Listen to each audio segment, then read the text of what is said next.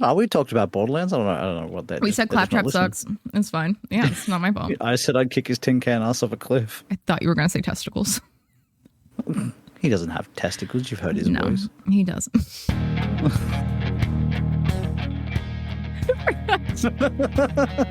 This is an intro. This is an intro, everyone. Speaking lion.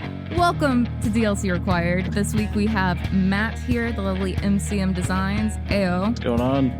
You know. Hey. Just because I'm an Aussie and on the other side of the world from you, you can't ew me, all right? I absolutely can. Yeah, that's also very, very true. Listen, I don't know how long it took for you to try the drop bear thing on me, but the amount of Australian shit you've pulled on me. Look. I'm not one of those guys, though. I like the drop bear thing, and every Aussie will go with it. They really will. But when I DM'd my random Aussie cosplay friend, and they were like, okay, why are you asking? But yeah, okay, they went with it. They needed to know what info I already knew. It is, and then ran with just Australian culture. Every single Aussie, regardless.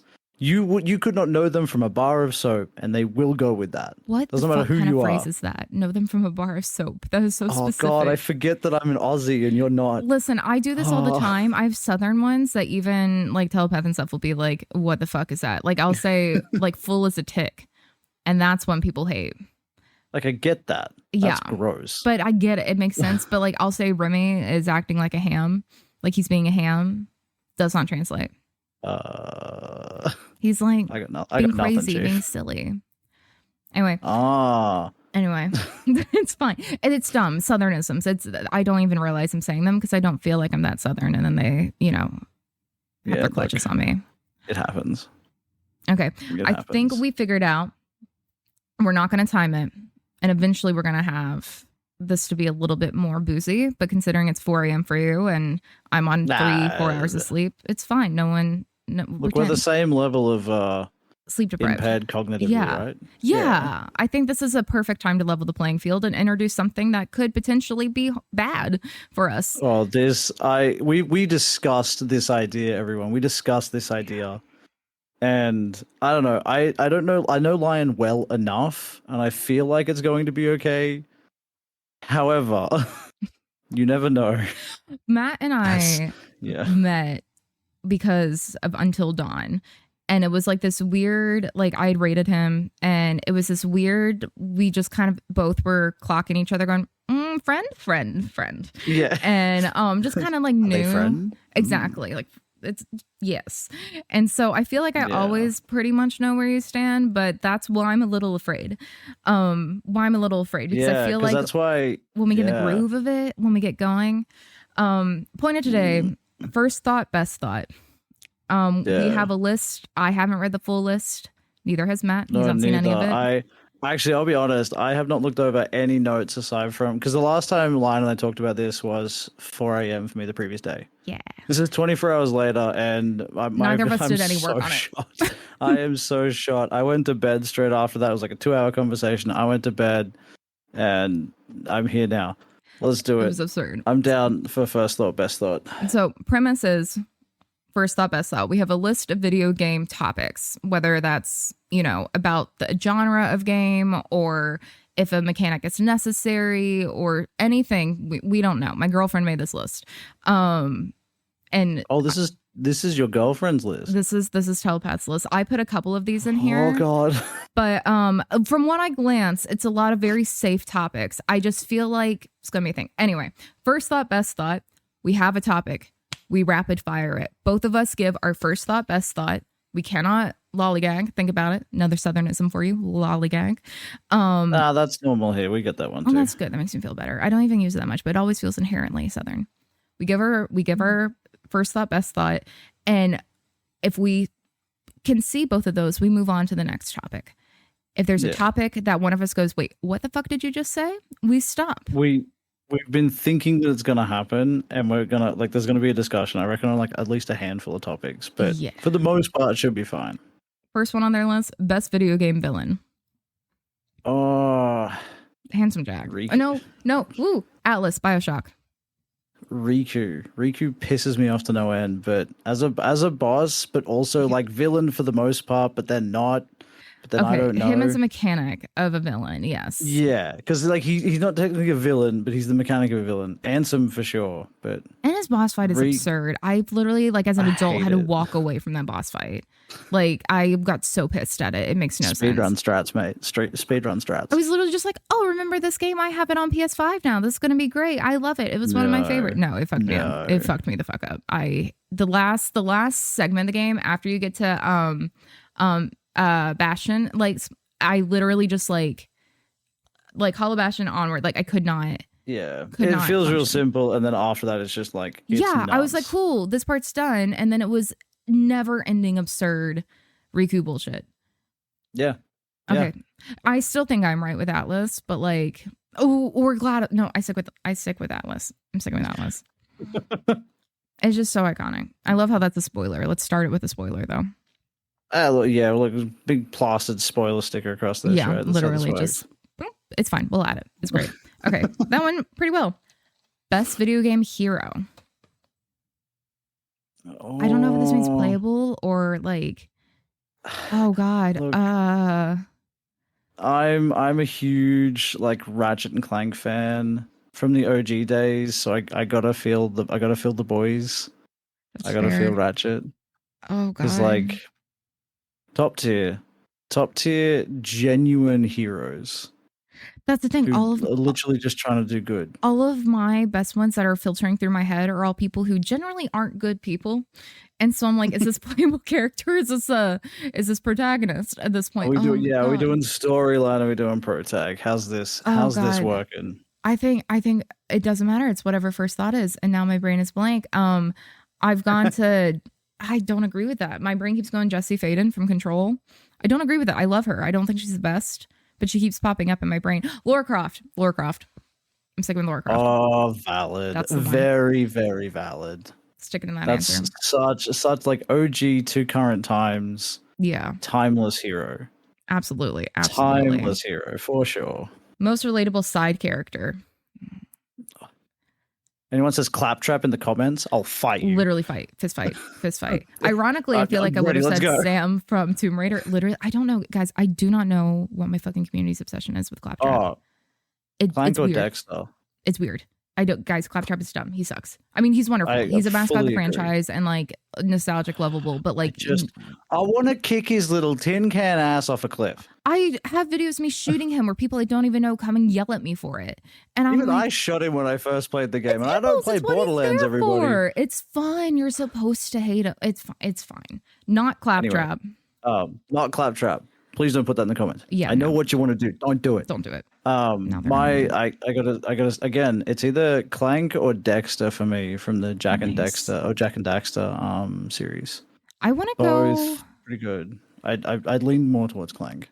My brain is literally going like I didn't play a lot of Nintendo growing up, but I'm thinking of like the early Zelda games for me when it was like if you can include Zelda things like that. But like, is she a side character at that point? Is that something you're considering? Sam from Tomb Raider, ironically, would be one that popped up, but everyone I'm thinking of is like main at this point. Because like, is it our secondary protagonist or is it a side character? This is too long of a thing. This is a point of first thought. Well, look, just on this, I have never played any Zelda game ever. I played the ones on Nintendo 64. Nothing. With my childhood best friend, who I played Kingdom Hearts with. Ironically, we had a big betrayal about playing Kingdom Hearts 3 without each other. Did you share the star fruit? I literally, we played one together and I think 2, and as kids we were like, okay, if 3 ever comes out we have to wait to play it together, and we did. I've not played this game, and then he called me up before my birthday this year and was like, he has a PhD now, it's been a while since we talked, we were catching up, and he was like, damn, I have something I need to tell you. And most people I think would be like, oh, I got engaged or something. I went, you're fucking playing Big Kingdom news. Hearts, aren't you? And he goes, I am. And I'm like, you awesome savages. Like, I fucking God knew damn. it. But I get it. It's been years. Like at this point, like when are we? It's fine. He's other side of the country. We'll get there, but I need to play it now. Okay. Yeah. I keep going to Wheatley, but I feel like that doesn't necessarily count. So I'm gonna say Knuckles, I guess, from Sonic. because that's also where my brain keeps going, and I think it's just trying to go backwards. Very fair. Became a meme. Like, Also, most of my games growing up weren't like, they were story, but they didn't have like it was like solo protag going through journey, or it was, you know, a PvE kind of game that was just like, not even that. It was like stuff like SSX and Gran Turismo, or like what I got it. But then SSX was my shit. It was my shit. I made a grown man cry over SSX Tricky, and it was like my favorite. I have a hilarious photo of me. If maybe I'll put it in, but a hilarious photo of me like leaning over on the couch, just like an 8-year-old, and you just see me like so focused doing this, and this like dude like hanging back, just like every time speech trip. Hang on? Were you a racer or were you? I was tricky. My sister was a racer. Let's go. I was the absolutely same person. Who was your main? I've thought about cosplaying SSX, but I feel like no one would know it.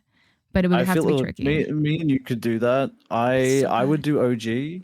Would you do Toby Mac? I was gonna say you were a Mac guy, but I could see you cosplaying Toby. I was a Mac guy. You were a Mac guy. Do you want to guess who I was, or who I would cosplay? Two maybe things. I can't remember all the names. It's been years, like north of 10 since I last played. Kaori was my big one, because who didn't love Kaori? Zoe, because I didn't know I was a queer ass motherfucker. Oh god, it's unlocking memories. Damn. And Elise was my baby. Okay. And Elise is who I've thought about cosplaying, because I feel like she would have the iconic, because she has this is going to be very interesting intro to Tricky with her like red fucking jumpsuit. But oh god, Zoe and Kaori, my babies. Zoe was on another level. She was my like secondary. Mac had the hot dog snowboard though. He did, and it was the only board I used. So good, so goddamn good. Like it did not matter. I was like, give me that hot dog board. I will use that for the rest of my days on this game. As you should, as you really should. Honestly, it was freaking amazing. Give me a hot dog board any day of the week. Okay, best/worst video game world to live in. Okay, so let's start with best, I guess. The best? Yeah. Ooh. Maybe like the Pokemon world. I never played Pokemon. Is that true? I feel like that's what my gut reaction. It depends, because you're not an adult. You're either an adult or a child in that world. And if you're an adult, you're not a dude, from what I know, or you're some grumpy old man with a briefcase that's ready to smack some child into the ground with their Pokemon. I mean, or different from America. Jesus.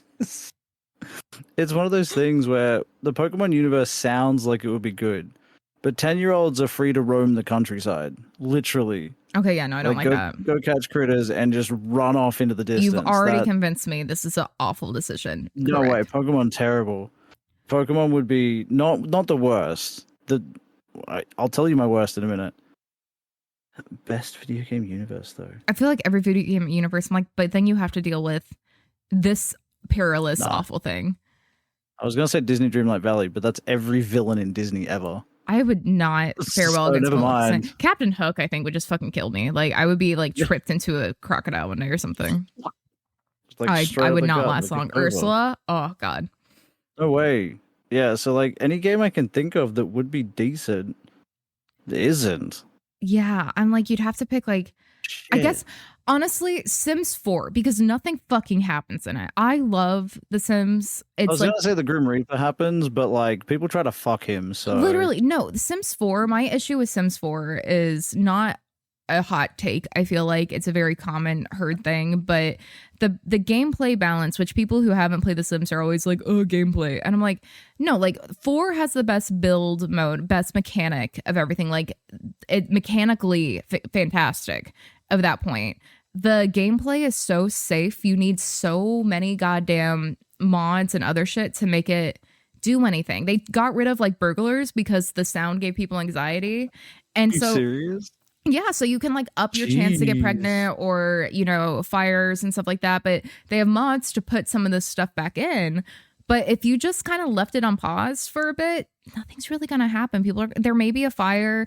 Some crazy things can happen around all that. Yeah, and some crazy things can happen. But like literally there's like sim streamers who will do it for 24 hours multiple times. You know, like they've done it several years in a row. And they've learned how to put in stuff that's actually going to make stuff happen. Because otherwise things just like, they get hungry, but they'll take care of it. And it's just kind of like, Yeah, they'll just go eat food. so maybe Sims 4 would be the most idyllic kind of thing, but you could have most idyllic, maybe not infinite best. money cheat. Safest. But yeah, the safest. Yeah. Safest for sure. I'm drawing a blank because every world I think of is always a bad, like a really bad time. negative. It's a bad time. I know. I'm like, yeah. Like, it doesn't matter what positive you think of. I just keep thinking of horror games, and I'm like, that's not remotely. Yeah, look, that's where my brain went for worst because I just thought living in the Dead by Daylight universe would suck ass. Outlast would suck. Oh yeah, look, no, thank you. Outlast would no suck. Thanks. They're all nasty.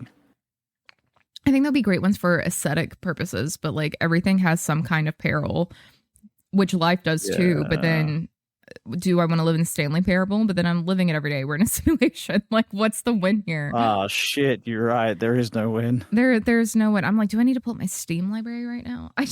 That's what I was considering. I was like, do I just bring this up and be like, oh, this game, Crash Bandicoot? It's a safe answer. I like that. That's a. Except for the pits of death in every single level where you get from point A to point B. Kingdom Hearts, you have the Heartless and shit, but odds are you're not gonna. If you're an NPC in one of those worlds, which let's face it, that's how I wouldn't be having the Keyblade. That would not be me. Fuck no, I don't want to be in charge of shit. Don't do that. No. If you were just an NPC, it would honestly be pretty okay because you're either turned into a Heartless or a nobody when you get to the second one, I think. Yeah. You can just kind of do whatever. Yeah. Right? Be kind of broke. You get to live in a Disney universe. Yeah. Just, don't get sucked into the darkness. Maybe we live post-credit scene, okay? Honestly, yeah. Honestly, that's where we live here. We live post-credit scene. Okay. Kingdom Hearts wouldn't be terrible. I think that's probably the safest is Sims. Safest is Sims for sure. But the least boring, tend to agree. But best. Yeah. There's nothing I can think of where it's the risk. Yeah. Like the risk reward of that. Like I can't think of anything where it's like, oh yeah, you have like monsters after you, but everything else is cool. Like Cyberpunk, I thought about for a second, but like, no, I don't want to. That's intense. Oh, look, I mean, we're going to be going to our games that we've been playing a lot. So you're more likely to trigger something to do with Borderlands, and I'm more likely to trigger something pretty heavily to do with Grounded at this point. Yeah. And I thought of Grounded straight away, and I was like, fuck that. I'm going to get eaten by a wolf spider. It's Borderlands, just crawl up and eat me. I fucking love Borderlands. I would die so goddamn fast. There's no... Walk in, get shot, walk. That's and it. there's no planet. I'm like, well, at least if I'm on Promethea fucking sucks. If I were like... Maybe live on the ship. No, absolutely live in not. Moxie's bar. Yeah, no, I'm not gonna say it. I'll come join you. I'm not gonna say what I was thinking, but I was thinking it. Oh come on! No, for it's the fine. Patreon. It's fine. How People bad know was it? It wasn't that bad. I've probably said worse on stream, honestly, but I'd be a good little barkeep. Under the bar. Be a bar back. God damn it. All right, next topic. Let's Moving on. Ooh, all right. Okay. Fictional food / drink you want to try the most. Oh. It's the vanilla icy. No, the narco. Ooh. Sorry, that's the narco. Yeah, peanut butter pops. We've already, no, I mean you're right. We know what they would taste like, but like I just emotionally. Honestly, it's got to be the narco from Kim Possible. I know it's not a game. I don't care. No, I feel that. It's the first thing that I want to eat so bad. I feel it looks incredible. If technically we could put this as a video game. I was gonna say most people would say the Turkish delight from Chronicles of Narnia, whatever, right? I don't care. My thing, Krabby Patty.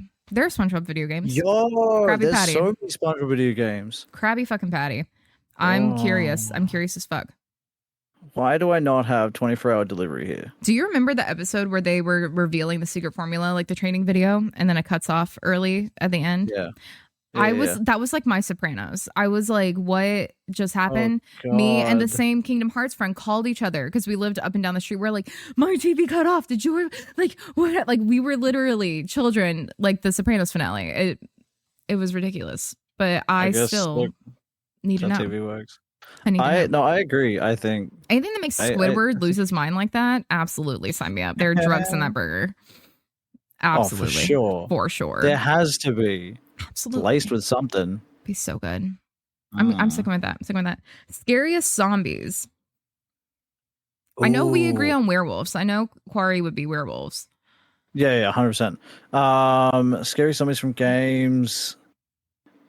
I mean, do you have one? I still think The Last of Us, because I want to say Resident Evil, but I know because The Last of Us did a thing with the clickers that it's why I like Five Nights at Freddy's 4 the best, because like the audio change of that, like that type of anxiety, the clickers and The Last of Us put such a fear in me where even I'm like used to it going oh fuck, there are clickers. I still take it seriously and have to like stop. And it was the first time like Walking Dead zombies literally just like walk kind of stuff. And I know there are games that do it really well, but they bolt after you, man. There's like the panic button smashing that happens with me in a clicker or a bloater, but clickers are scarier for me. Stalkers. I've never played this. Stalkers are horrifying. You haven't? I've never played The Last of Us. Do you have it on PC or PlayStation? No, but I'm thinking of picking it up. I know about clickers, and I know that you haven't seen the HBO show either. No, I haven't. I am completely in the dark. And I don't know the storylines for any of them. Oh, dang, I got full named. I don't know the storyline for any of them. We have to abruptly I am completely in the this. dark. And I work at a game shop. So you've had no spoilers? None. Don't ask me how. You need to lock yourself in a room for 3 days. I know. I'm Maybe sorry. 4. I'll get there. Everybody, I promise. I will do this. I'm big in my chat of constantly, anytime I bring in The Last of Us, I have a disclaimer for no spoilers for part 2. And I try not to even give them really for part 1, because like, if you haven't had that, like if you haven't experienced that, like I want people to experience that. But I'm so passionate about fucking part 2. And the fact that so much got ruined, hi buddy, with the leaks, that I'm like, let people fucking experience it, because people will knee-jerk reaction something any given time and refuse to experience it. And so the fact that you've avoided this is honestly impressive, and I'm worried. It's like when I find people who haven't had Bioshock spoiled, I'm like, I don't know how. No, I'll be fine. I think in terms of our discussion topic, what was it? What was the one more time? It was the clickers. It's a scary zombies. Yeah. From a horror standpoint, clickers fill that heightened sense of terror. Yeah. They fill that better than any zombie I can think of in the games that I've played. It fills that good horror thing, because it, like, for something to be scary, it needs to keep you in that heightened state, right? Yeah. Clickers do that. I know that despite not playing the game. Yeah. Okay, I know that despite not playing the game. So in Last of Us, what I like that they do is there are runners, which are just like the normal infected, right? But when they notice you, they will sprint after you. There's the stalkers, which is the next stage of infection. And since The Last of Us has a fungus-based, like its cordyceps is the virus, it's like growing over everything. So they go blind basically from and it's like Pan's Labyrinth almost. And so stalkers have a very, very heightened like senses from that point. And you can sneak around, but they will literally they are fast, literally stalking you. So you don't even process they're around in the same way. See, now you're scaring me wanting to play this. It's amazing, but it's amazing. And you don't run into a lot of stalkers at all. But like when you do, you're like, holy shit, because they're both fast and silent and almost as lethal as a clicker. Clickers are the crazy ones like this, but they see through echolocation. So if you move at all, they know where you can't, unless you have a melee weapon, you can't melee them. You have to either shiv them or headshot them, and they sprint. So if they come near you to grab you, you're dead. And when you don't know they're in a room, but so you're just like walking by your business, and you'll hear like that, and you're like, it's like The Grudge, like. This is that's the teaser for the podcast. Just, but no, it just does it so well. And so there's like another stage and shit, but like 2 stages, but it's just like insane the detail that goes in that makes it feel like, oh shit, that could be a thing. And like the show does it well, the games do it so well. It's phenomenal. But they're horrifying. And the only time I've been scared by zombies, like I've been tense in Resident Evil. I do think if we're including Resi's Biohazard, different. that's the thing. But like if we're including Biohazard as like a type of zombie, like they're freaky. That family is freaky. Oh yeah, 100%. And I think that game would scare me more on like a horror factor for sure. But when we're looking at the actual lore of the zombies and things like that, Last of Us in general, like yeah, Last of Us takes the cake for sure. yeah, it's a masterpiece. It has to. Best aesthetics. Oh, Bioshock. actually a really tough one. I've literally sat here just brain like blue screening. I'm like, why? You know it's Bioshock. It's Bioshock. See, I've played the BioShock series, but a very long time ago, like upon release. Rapture is pitch perfect in atmosphere and everything. It is a fucking masterpiece. I cannot name a better atmosphere. I'm trying to think, but nothing's genuinely coming to mind that has it all. Because some horror games do really well. Some do get close. I feel like games also are getting more hyper realistic too. That it's hard to be like this one because it's not stylized in that way. Yeah.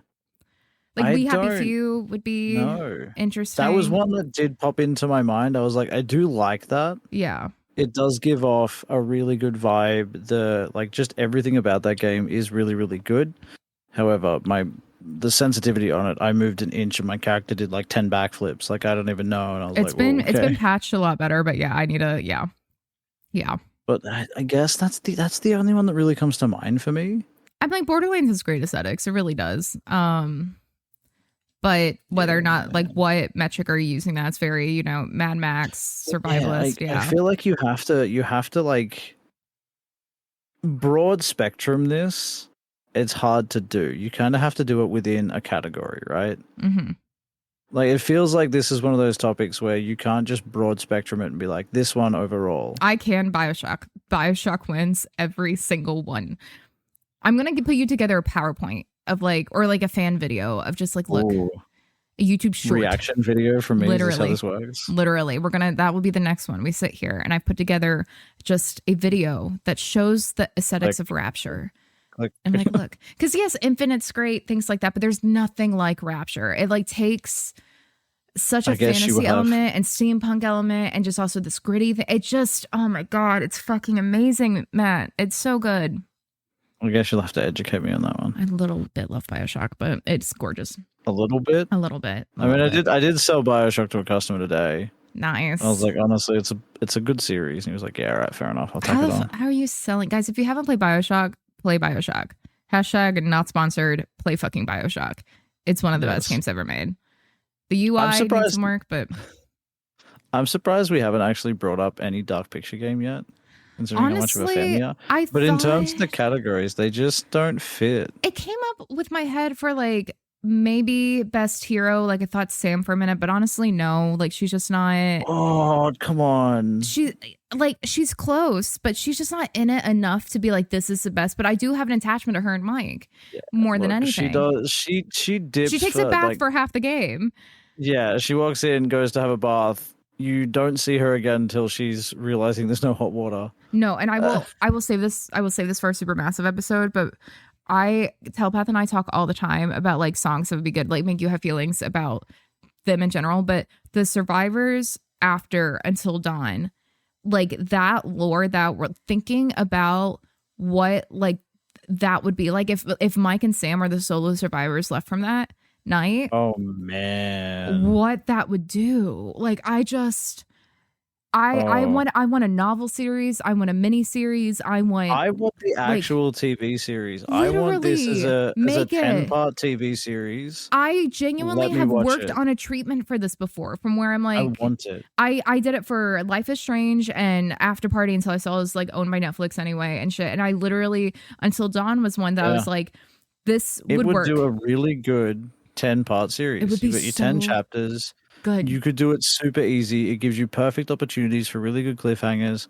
We need to save this for the next episode. I know, putting a pin in that one, but it's amazing. But no, God. Aesthetics Quarry almost came up, but I'm it's just too realistic at this point. It's not unique enough. These are hyper realism. These are mocap. I think they did it beautifully, but it just wasn't yeah, it's not unique enough to be like this. Yeah, but it's gorgeous. It's an interactive movie. Yeah, that's what it is. I wouldn't call it a game these days. I know people You've got rag QTEs and a on storyline. me and my lore bullshit all the time. I'm like, oh yeah, watching a movie. I'm like, I get it, but I'm also like, I like all types of games at that point. But it's what it is. It is what it is. Like you have to understand this and respect that that's when we say that's what it is. That's what it is. Yeah, that's why when everyone's losing their shit over Bandersnatch coming out, I'm like, yeah, it's cool, but that's like what. Yeah, we have this. We have this. It's cool from a filming standpoint. Like as an actor, I'm imagining that, but I'm also like, we have mocap for that. What's interesting to me is like the exact shot matchup. Yeah. I don't even know. Okay. Anyway, next topic. Let's do it. I'm getting to the ones I haven't really read. Most innovative game. Ooh. First episode. Okay. Oh, as in like has done the most? I guess the most like for the gaming sphere, or yeah, I guess like that's changed or it's been unique enough. Because I'm like maybe then like a VR game. Oh god, this is one I can pretty comfortably say Until Dawn fits that bill because it was the flagship for the PS4 for those kind of games. Those games did exist. There were text-based ones, but it wasn't mocap. It wasn't. Okay, I'll agree with that. I will agree with that. It was the first one of a choice-based game that like felt like there were consequences beyond. Yeah. Like it was even though when you replay it a bunch and like some stuff can't change that much, like you're still gonna, have the same like, checkpoints basically. It doesn't. It was the first one that wasn't binary choice at the end. It genuinely. Yeah, it wasn't story A or story B. I get so mad when people don't include it. One of 28. So many people don't include it on there. Like, what do you define as like that console's like game? And everyone skips. I'm like, that's why I got a PS4. I still have my 2, 3, 4, and 5. That is the reason I bought one as well. Literally, I had the 3 for Last of Us, and then I got the 4 for Until Dawn, and I got the 5 for the Quarry. Like that's which was on other platforms. I was like, no, I want to play this on the 5. Like it was designed to be. Like that's where I'm at. Like that's how Supermassive and that had like they had their deal with Sony, and that's why we got for Supermassive. We are because we really like their games. Literally, I forget how much until we occasionally will like broach the subject, and then both of us are like, this one actually like I genuinely feel like that though. It has done a lot and changed the way that these games, like some games, can come out, giving you your alternate options and replayability. I will also a lot of games these days don't have replayability. The expectations that it gave me too, of like even against other Supermassives, that's always the bar we have of like. Okay, well, when we were first playing the Dark Picture ones, okay, but they were shorter than Until Dawn, but they didn't do that. Like, it's always my bar for choice-based outside of, like, Telltale, where that's a completely different thing. That's where my choice-based bar comes from as well. Yeah. It's any time that I play a game that is choice-based, regardless of, like, anything, Until Dawn's my yardstick. Yeah. Until Dawn is what I base it off. Like, how's the story in comparison? I absolutely agree. How's the how does that work? That's my yardstick. Yeah, and that could just be our particular age bracket. It could be, yeah. Because that came out when we were like. Okay, what year did that come in? 2012. Like early 20s for us. Yeah, I'm like, when did that come out? I'm gonna hold on. Or like late teens, early 20s, adulthood for us. Straight getting into early adulthood. 2015. Holy shit. God, so yeah, we were in our 20s. Yeah, we were early 20s. Yeah, but I think I mean, for me, I was working as a skate instructor back then. Like, I was into adulthood. Yeah, I was moving to the West Coast, working full time. So, I guess because I know text-based games with decisions, but they were the binary ending. Ooh, they were the good thing happens or the bad thing happens. I'm looking at the development of it, and it says it was announced for the PS3 and had intention of utilizing the Move controller. It was supposed to be first person. Whoa, that's a massive difference. Yeah, so I doubled down on this answer then, looking at this. Yeah. The difference, because they changed it from, if it was going to be first person, that wouldn't have been too different from other games. They had the Gamescom release the teaser footage to announce the game as where Jess gets taken through the window during their sex scene. Oh god, I got goosebumps. Imagine that being your first exposure to this game. I'd be fucking obsessed. That's so good. I love that. That was such a creepy moment. do we do an extended one for the Supermassive series? I Like think we may. Supermassive? We have I feel too like much. we have to. We have like maybe like an Until Dawn episode at this point, and like because this is insane. We could though. How many playthroughs have you done of Until Dawn? Oh God, I don't. You've done way more. It's definitely in the the double 50s or digits. Yeah, it's 60s. definitely the double digits. I don't Like- think it's cracked.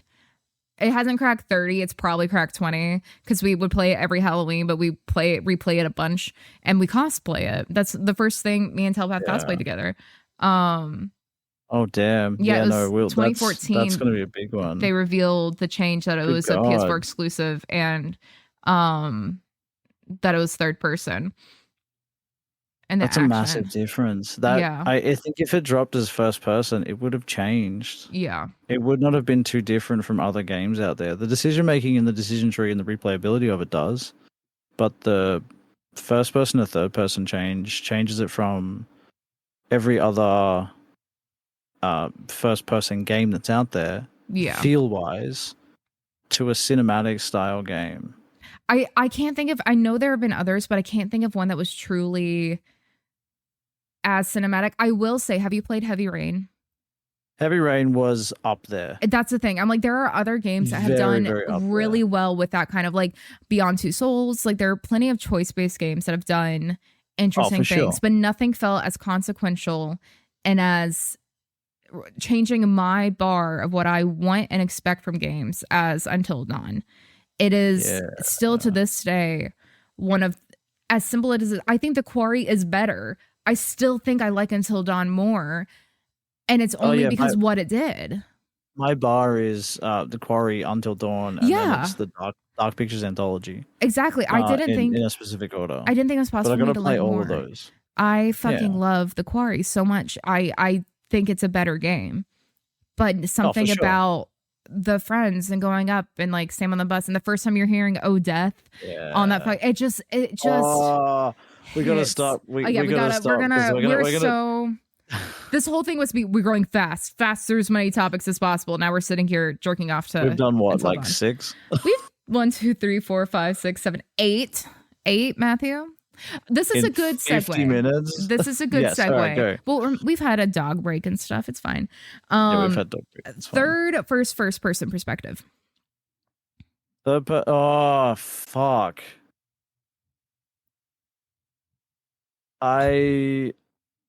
There are benefits to both, Mhm. and I think the major benefit being third person is better for cinematic style games. Yeah. But I prefer first person. I really feel like this is a lame answer. I'm like on the post about this because I was console player for so long. I play like things like BioShock, things like Borderlands. I don't want as a third person game. Like they're just two completely different mechanics. If I had to pick, if I had to pick one or the other, I feel like it would have to be. It'd have to be third because the overall experience of it. But this is our first different answer. I prefer answer. I think first person. I don't think I ever would have thought that would be me through the years, but I playability. I'm thinking of stuff like Overwatch, that type of combat, that type of thing I love. But third person games, like imagine Alan Wake or something through a first person lens. It feels weird. And it's like it doesn't Spider-Man enough. And so the games designed for console initially or with that in mind, it's hard. It's why Resident Evil is hard for me on the computer because my brain just doesn't process third person action in the same way. I think the way the third person is done too. Yeah, I do. Some games do yeah. it with a weird offset camera. Yeah, it definitely. Is it a forced cinematic camera? Is it what it is? Yeah. But I feel like it's so much part of the story. Is it the shoulder cam that's right here? If they do it that way. I really like how Last of Us does it, especially in part 2 and the remake of part 1. Like it does it really well. And it feels. Is that the like slightly left hand side? Yeah, where it's like it's like thigh, over torso area. It's like, or is it the shoulder look? It's the shoulder look, but it does a really good job of like the way, like if you're walking and going around the horse, it's like you're in the traditional third person, but it'll force perspective a lot of stuff. So if you go to aim on the shoulder, it's a more seamless, like with the action, it'll punch you in. If you ever played Spider-Man, it does a lot how the Spider-Man combat will like the camera will like pull in. I've seen that. And so it does. I really do like that, but I feel like doing those it would ruin those games to have them first person. Yeah, it would. They just wouldn't work. No, but I like things like BioShock being first person because it feels weird. So I'm like, I prefer first, but if every game had to go to one type, I feel like third, because otherwise you wouldn't have cinematic stuff, which is going to be a hot take for people because I know if it had to be one or the other for all games, third person. Yeah, but I want to play some first. games just don't work. There needs to be an option to play it as first for those who enjoy that, but some games just do not work. But flip side, Resident Evil 8 having the DLC to then play third after the first person change, like it's just interesting the way games are developing that way. But I do think things like Resident Evil, the newer ones, do a really good job of having that cinematic experience in a first person. Yeah. But that's a very rare example. And in general, like, no, I don't want to play Overwatch in a third person. We play DVD in a third person, unless you're Killer. But I think I would prefer Killer in third person at that point. Yeah, we all know the reason why they haven't done that. Yeah. And if you don't, DVD is on here. It's in a couple I see down here. I put a couple on here. Ooh. Okay. Ooh, this one. Interesting. Best VA. So best voice actor. I hate best acting anything because my actor brain is like, all these things. Christopher Judge. Okay, we can do male presenting, female presenting. Christopher Judge takes mine specifically for Kratos. I hate, my brain is like, no, say someone different. Say someone different. Say someone different. It's fucking Troy Baker. It's fucking Troy Baker. Listen, Laura Bailey's up there. Laura Bailey's really fucking up there. They're, I don't know many female voice actors though. That's my issue. I know so many, but it's a lot of them. It's always the same. It's like same with the guys. Like I feel like every game you're gonna run into like, yep, Jennifer Hill, yep, Laura Bailey, yep, Troy Baker, yeah, Nolan North. Like you have your collection of people, but that's for a reason. Nolan North is another name that pops up. They're good at their job. Troy Baker. Have you heard his audition story for Far Cry 4? I haven't. Have you played Far Cry 4 at all? I have not. Oh my god, I literally need to do this. I'm breaking your heart. I'm sorry. It's okay. He literally, I'm not going to tell the whole story because the whole thing, but like having this kind of trust as an actor is where I'm like, I feel like this is such a testament to what he brings to a role. Is they had a script, they had everything, and he's the villain in Far Cry 4. They meet really instantly, and he's very much like, he murders someone. It's like, oh, you got blood on my shoes kind of dude. And then like all this stuff, like that kind of dude. And I got the character in my mind. It's up there. And they were like, yeah, we have a script, but we want to see your take. We want to see what you do. So he was like, okay. So he starts improving, kind of like mostly going on script. But assistant walks in the room who like does like to say when he coffee, fill up the waters, do all that. And he stops her and it's like, you like, who is this? Who come sit down? And it's like, this is what I'm gonna do. I'm gonna cut off your face. Like, we're gonna cut off your face and I'm gonna wear it's gonna be the most beautiful makeover. Like, literally start fucking with her. Jesus. And she's like, but all the writers and stuff are like, oh my God, give it. And I'm like, to be a writer, like me as a writer, to have that trust in an actor, like, because the flip side, me as an actor walking in a room, you do that. A lot of people, they don't have trust in you. You're going to be like, we have a script, buddy. Well, yeah, they come out super skeptical because you got to prove yourself. And that's what he talks about with it, where he's like, but to do that, I've shown the work. So like, they trust me to do that. Cause he said the same thing where it's like, they're like, hey, we have a script, like that's what it would be like. But he's done so much stuff. But like he's Booker in BioShock Infinite. He's Joel in The Last of Us. He's Reese in Tales from the Borderlands. Like he's in Uncharted. Like he's in the Avenger games. Like he's always somewhere that I don't expect. And it always throws me off. Like the fact that like I remember watching Telepath play BioShock Infinite and like I said something about Troy Baker being Booker, like casually, like, and of course, with this already has Troy, so the fact that like Laura Bailey is this, and literally they stop and put down the controller and go like, what? Like I didn't what? And like they even clock it. Like, yeah, and I'm like, there's so many things where he just such a chameleon into the role, and I respect. I don't even know he does the character, and they become one of my favorite performances. And I'm like, motherfucker, of course. And then you find out, then you find out. I wish I had a more niche, like, good answer to be like, oh, look at me, like, and all this like creative things. I love this. Like, no, like, he's fantastic. Christopher Judge has my vote just because of Kratos, and it's just I get it. the life to that character as well as he does. I absolutely And get it. then there's the moment at like the gaming awards and whatnot where they're up on the stage and the crowd's like, do it. Like you have to. Yeah. Well, that's what I Yeah. feel about even Damian Clark. I feel like I would include him if he were like did more things like that, but he's the voice actor for Jack. But if we're talking skill wise, I say all the time, all the love to the writing team, all the love to Anthony Birch, all the love to all this stuff. Oh, for sure. That character is as beloved and memorable because of Damian Clark. That script on paper could have been done 1,000 different ways. And when I met him in person, he was very much like just this energy where like that's the role. And it's just like what he brought to it is what everyone talks about. They talk about the line he improv'd and like all this stuff. And it's just like that type of legacy as a voice actor is what defines that. So people yelling at the Game Awards like, oh, you have to do it and things like that. Like that is a mark of a fantastic. Means you've done something right enough that you've impacted so many people that they want you to do the thing because that's what they remember. They remember that it was you that caused this moment to happen the way that it happened. Literally, I feel like if they re-released 2 in the exact same way it is now and like just replaced everyone's and had a different voice actor, people would hate Jack. No matter how good they did, it's just so ingrained in it. And so like you get used to the way something comes out. It would be close, but he doesn't do enough like he does Dragon Ball Z and stuff. He's fantastic. He's an actor, but like as far as VAs go, not do it every single game. Yeah, right. Yeah, okay. Okay. This one's gonna be interesting. Worst Dead by Daylight perk.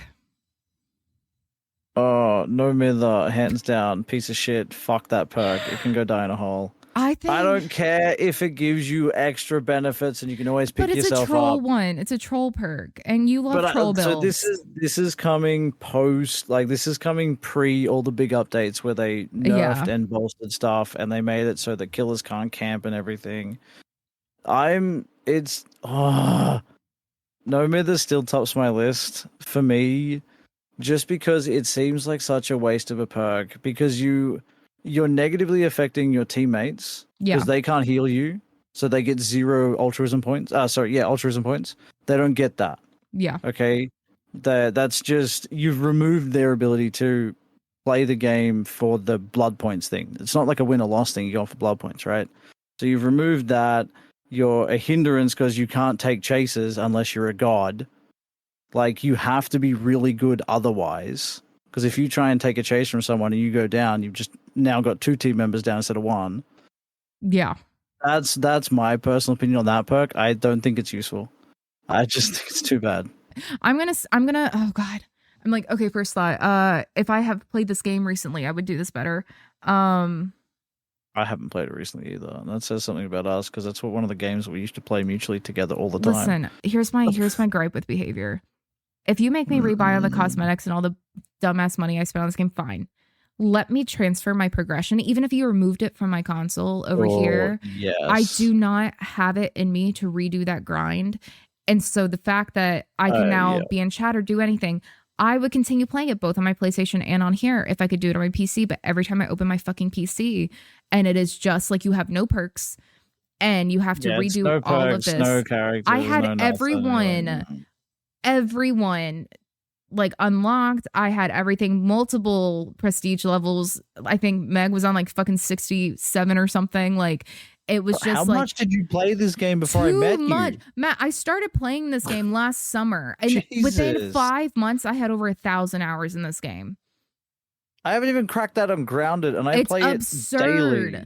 It is absurd what it did to me. It took over my life and it won't let me transfer. So now it's no reward. It is not remotely a rewarding system. And so I understand like, oh, licensing this, whatever. I'm like, but you can prove both of my accounts are linked to my behavior account. Like I've like logged in and been like, hey, this is me, this is me, but I can't link them to be like, here's the thing. You have it for Epic and this. So even if Sony is like locking shit and keeping this, you've promised this for Switch forever. So every single console I ever spend money on this game on, like I have to redo that unforgiving grind.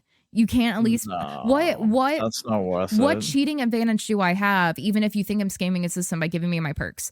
I'm not getting anything. You just have your perks. That's the game. I all agree the DVD with perks are the worst. That's my answer. Fuck this. It's fine. Honestly, it's just fuck this. They're all bad. They're all bad. No, honestly, probably probably dead hard from what they did to it now. Dead hard. Oh, they've nerfed that thing Boon. into the. I take You it are back. The under boon ground. is now the fucking worst. You can't even heal Which yourself in one? it. The circle yeah. of healing, you can't even heal yourself. That's the Circle worst of perk healing is now. like absolutely. To be fair, it was kind of broken. But I don't care. Let you at least heal yourself. To do that and nerf the med kits, and I'm sure they fixed some shit. I haven't like been back, so I was so fucking mad about shit. But I'm just I'm still under the impression that the game is more killer sided than survivor sided. It absolutely is. And this was pre-nerf. I mod for a killer This main, was and I'm like, no. pre-nerf. Eruption like, also sucked. I don't know. There's just so many fucking things. I just nothing against you though, behavior. You are doing what is objectively best for the I'm community. not mad at the devs at all. It's the devs are doing the right thing. Yeah, and it's still an indie game. Like it's still like that could be a whole Supermassive thing, whatever. Where we're like, this is there. I do think they're trying to make a good game. My big issue I have with the game and the health of the game of me playing personally. I mean, yeah, but like the toxic pieces of shit that exist. That my big thing is that I think the obsession of balance hurts any game, because the moment it's like, oh, this is the meta, let's now make these weaker or buff these other, like you don't have to break it up every time. And I feel like they went years not doing it from what I remember, because I watched videos before I played it, before I like had consoles and shit I could play it on. But like I feel like every time things would get settled for a few months, they'd be like, okay, we see people are mostly using self-healing, so what we're going to do is make it kill you instead when you use, like, it's clearly an exaggeration, but I feel like the obsession with making things, like people are using this too much, and I'm like, you're just making every perk underwhelming at this point. Like you're trying to balance a game that inherently is asymmetrical. You can't balance something that can't be balanced. It's just not going to work. You already it's not going to. It's just not possible. The thing that I think helps is introducing the little like icons and stuff they did for like solo queue, where like you can see what someone's doing or whatever. Amazing. And I was even like weird, the accessibility features are doing so many good things, but every time they come out with like a, hey, we hear you, eruption's hard, how about we just make it useless now? And I'm like, don't do the complete opposite, okay? You don't have to destroy it. Yeah, we're asking for a small change, not nerf that piece of shit into the ground. The like, not waffle stomp it down the literally gutter, okay? The meta is naturally going to change with more killers introduced, more survivors introduced, more perks, new maps, or just what people get used to, or a streamer gets one build going. Like that's what Call of Brine became when Hexy started running it. Like there are plenty of things. Yeah, it was the build. And there are plenty of things that can do that, but like when they ignore that, instead make it go, oh, this is how we're maintaining the health of the game, all you're doing is pissing off your already toxic fan base. And it's like things when I've taken a break from the game, if I go back now and now I feel like everything sucks and I'm cornered, I'm not going to keep playing. I have a question in regards to Dead by Daylight specifically. Yes. What's worse, a toxic killer or a toxic survivor? Toxic survivor. 100% agree with you. I'm a survivor main. The game is killer side, toxic survivors are worse. Because here's the thing. I can DC in a toxic killer. I don't, but like I could. They want to body block me in a gen. They want to sit there and camp, like slug, do whatever. It's annoying. GG, like, go congrats, next. you're a piece of shit, but yeah. Toxic survivors, especially when they're against other survivors. I had a survivor body block me into a gen before at the start of the game just for the fuck of it. And I'm like, I'll just stand there too, and you can't do anything about it. No, you can't. And sometimes you'll have a killer come and like kill them and like help. The game hot. Yeah, but that's when we want you to down us as survivors. Exactly. Like, please kill me, get me out of here. But like toxic killer, at least you can like try to like troll back or do something. But if you're just like absolutely annihilated, you're pissed off for a second and move on. Toxic survivors will hold the game hostage. Absolutely. And they cause like a hacking survivor can do way more damage than a hacking killer. And I've had a hacking 100%. Killer on stream before. Like that nurse that just like broke everything. And I'm like, it doesn't fucking matter. Like survive. I remember seeing this one poor huntress disconnect because it was just this bully squad that was just like constant flashlight save doing this, whatever. I'm like, you're the reason they took out lockers of the flashlight save. And I got pissed about that because it was such a niche thing. Like it didn't happen. So it's like, why are you taking away another thing that requires a high skill ceiling? But it's because of shit like that. Because Yep.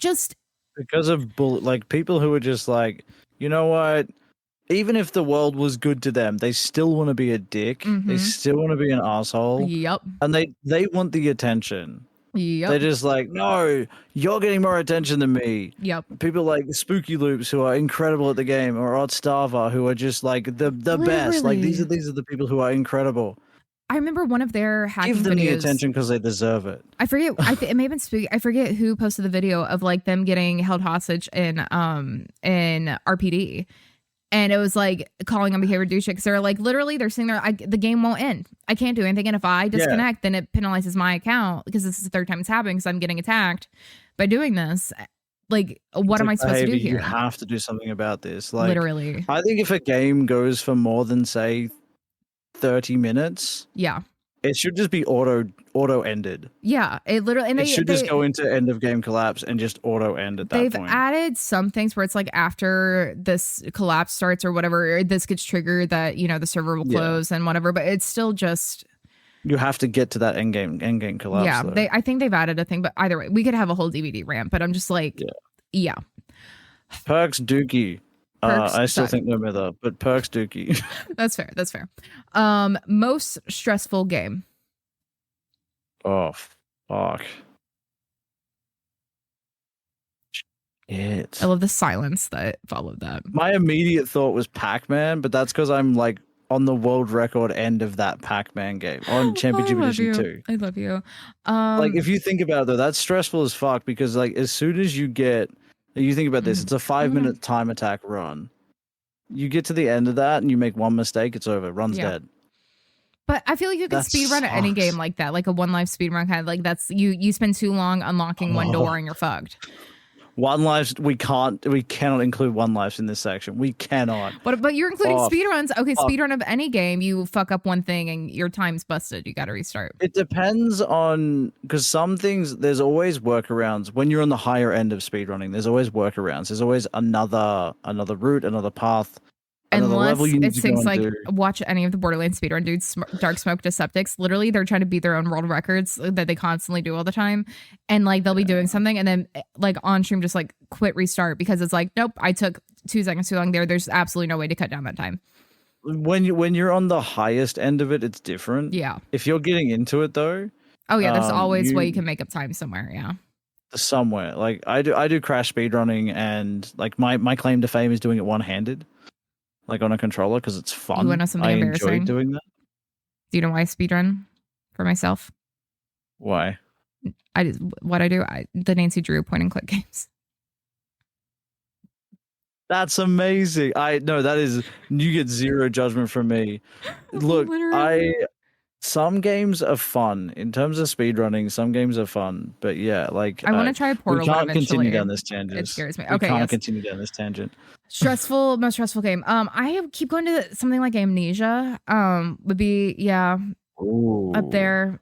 Any type of survival horror that does it really well, but Amnesia is definitely infuriating. In terms of general stress, yeah, Amnesia for sure. I Until Dawn and then don't move sections.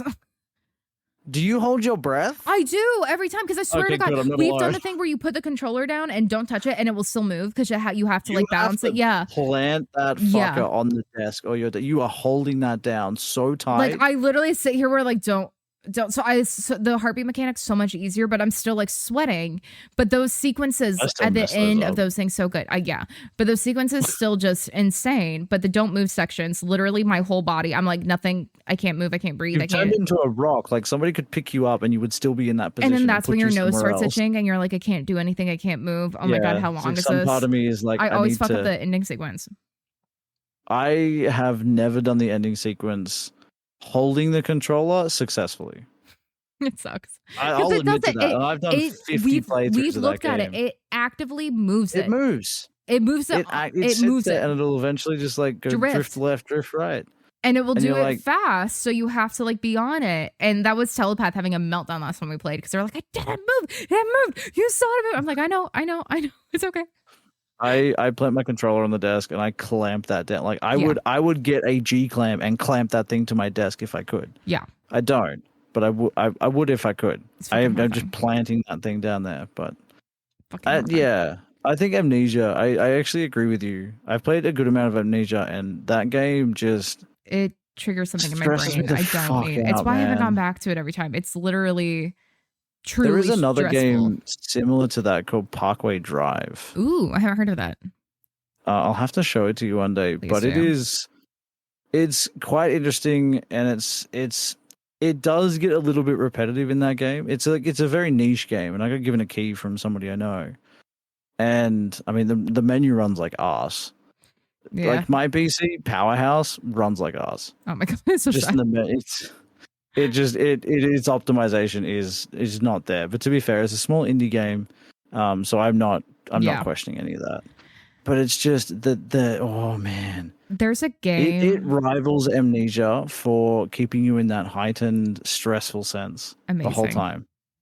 I'm I'm really, genuinely surprised. There's a game I own that I haven't played yet. That I bought as soon as I saw it a couple years ago, and it's called Nevermind, and it changes the game based on how stressed it senses you are. So it's watching your heart monitor, your pupils, and the game will get more fucked up. And I'm like, but I don't, because it's not like been a viral thing I heard about. I'm like, but how much is it? But I feel like that has the potential to be really stressful. It's something I like people have redeemed. I need to like do at some point. But it depends on how stressed you get gaming. So I play all these horror games with my heart rate, but my heart rate doesn't dictate how I feel. No, but your heart rate in Kingdom Hearts sure as hell spikes. Shut up.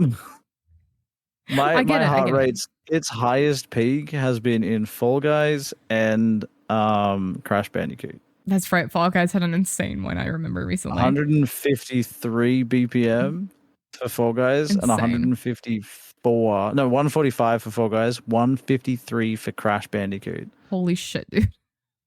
I get it. One-handed, I get it. Bridge level, deathless. I absolutely get it. Absolutely. Okay, and not using the rope strat. Mario Kart would probably be up there. Fuck that. Like I get so mad. Certain Mario Party game. Oh, that's bad. Oh my god. We're not gonna go no, that's my brain just unlocked the pizza eating one. I think it's Mario Party 3. Like my god, I just like fucking looks so good. But the fucking snowball game where people can eat you up. Stop. Next one. Best sequel. Portal 2. Fair. Very, very Borderlands fair. 2. But Portal 2. Look, if you Borderlands 2 is a guaranteed answer from you on this one. Borderlands 2, that's the thing. It's not an interesting answer, but it's clearly better than 1. But then some people do like 3 more. There's TPS, there's whatever. What are we talking? What's it bringing to the game? No, Portal 2, perfect game. Portal 2 is a perfect game. Portal 2. Portal 2 is really good. I don't have a good answer for this. It's I was Portal going to 2. say, like, because Ratchet and Clank 2 didn't hit the mark. It was still a very good game, but didn't hit the mark. Jack and Dexter 2, fantastic game, but again, just kind of... Those games are very different from each other. Yeah. So even then, it still doesn't fit. Well, that's the thing. Even like Quarry Until Dawn, it's a spiritual successor, but it's not a sequel. No, it's not a sequel. Yeah. It's from the same game creators who've done a fantastic job, and I can't wait for the Until Dawn crossover that they're going to be doing. I can't wait for Alan Wake 2. Fantastic. I think Alan Wake 2 has potential to be a better sequel, but I think making it better than the game versus the best sequel, no, Portal 2. No, I tend to agree with you on that. I think Portal has a special place in a lot of people's hearts. It's also just the simplicity of it. It's a simple game. It's get from point A to point B. But 2 introduces, you have Cave Johnson, fucking Wheatley. It's like the emotional investment you don't realize you have in this game. Like from shit, GLaDOS is hilarious, but the puzzle mechanics that they introduce, even knowing that playing it as many times as I have, I still enjoy replaying it, even though the puzzles are the same. And I still forget, and it's still interesting. But it builds on the world without feeling like a different game. It improves upon every aspect of the first one. It's longer, it's more involved without being more complicated. It's a perfect game. Yeah. Look, I'm going to touch on Crash 2, but I fucking hate that game. Please tell me why. I've done a one-handed speed run of the Insane trilogy. Okay. 5 hours and 3 minutes, I think it took me, and I felt very happy about that. Yeah. 1 hour 16 for Crash 1. That's insane. That jump between the two. 1 hour like 30 for Crash 3. Jesus Christ. The rest of the time, Crash 2. Fuck that game. That's bullshit. It shits me to tears. Certain levels are just so annoyingly difficult. Yeah. Storyline though, not half bad. But I mean, good. if you're speedrunning it, you just spam A. I could argue that with Kingdom Hearts and stuff like that, but I do think I don't know, the emotional. Yeah. Good luck trying to follow the storyline though.